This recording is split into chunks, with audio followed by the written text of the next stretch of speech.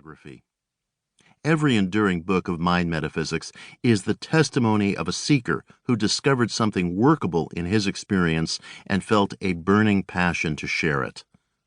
Like many of you hearing these words, their experiments and insights led them to feel that they discovered a set of universal, workable principles. Hence, it is important to tell you something about Joseph Murphy, the man.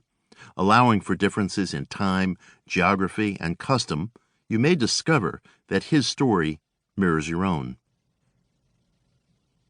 Murphy was born in 1898 on the southern coast of Ireland to a large Catholic family.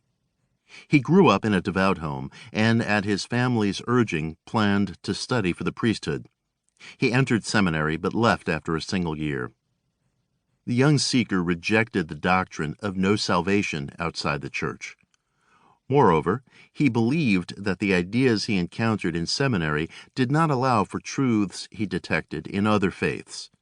Murphy felt that his views on God, the power of the imagination, and the extra-physical nature of thought were neither validated nor given room for exploration.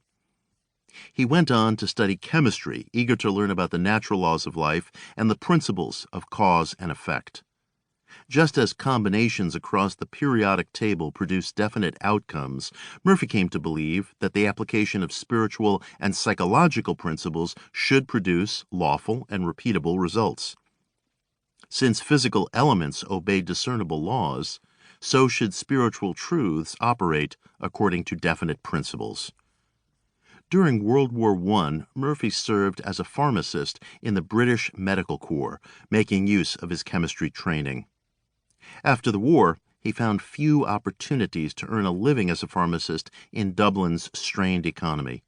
So, like many young people of the time, Murphy migrated to America. He was 24 and married to a woman 8 years his senior. In New York City, Murphy found work as a pharmacist. He maintained a pharmacy counter at the famous Algonquin Hotel in Midtown Manhattan, and he also served for several years as a pharmacist with the New York State National Guard.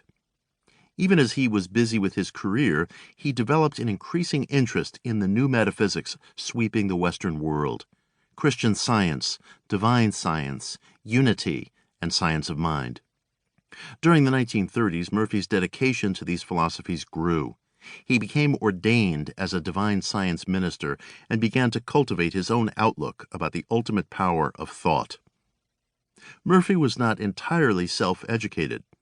Toward the end of his life, he gave a rare series of interviews to a metaphysical student from Montreal who visited him in Laguna Hills, California, where Murphy was living in a retirement community with his second wife.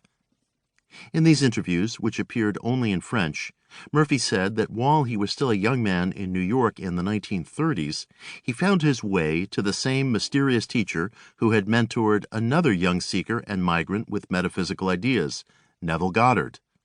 Neville, who wrote and spoke under his first name, journeyed from Barbados to New York at age 17 to study theater. Like Murphy, the actor-dancer took a radically different path from what he had planned. Neville said that his spiritual instructor was a turbaned black man of Jewish descent named Abdullah, who tutored him in mind metaphysics, scripture, Kabbalah, and number symbolism. Murphy, towards the end of his life, said that he had the same teacher. Both young immigrants went on to become leading metaphysical voices of the last century. There is a strange symmetry to it. These two self-educated men, one from British Barbados, another from the southern coast of Ireland, finding themselves in New York City in the 1930s, one pursuing theater and another making a life for himself as a pharmacist, and each comes to believe in his own way that the golden key to life resides in the imagination. According to Murphy, both students found their way to the same teacher, Abdullah, and off they went into the world, each to enunciate his vision. By the late 1930s, Murphy, like Neville, began delivering metaphysical lectures and issuing pamphlets on how to use the powers of thought. In later years, one of Murphy's most popular works was How to Attract Money, a short book from 1955.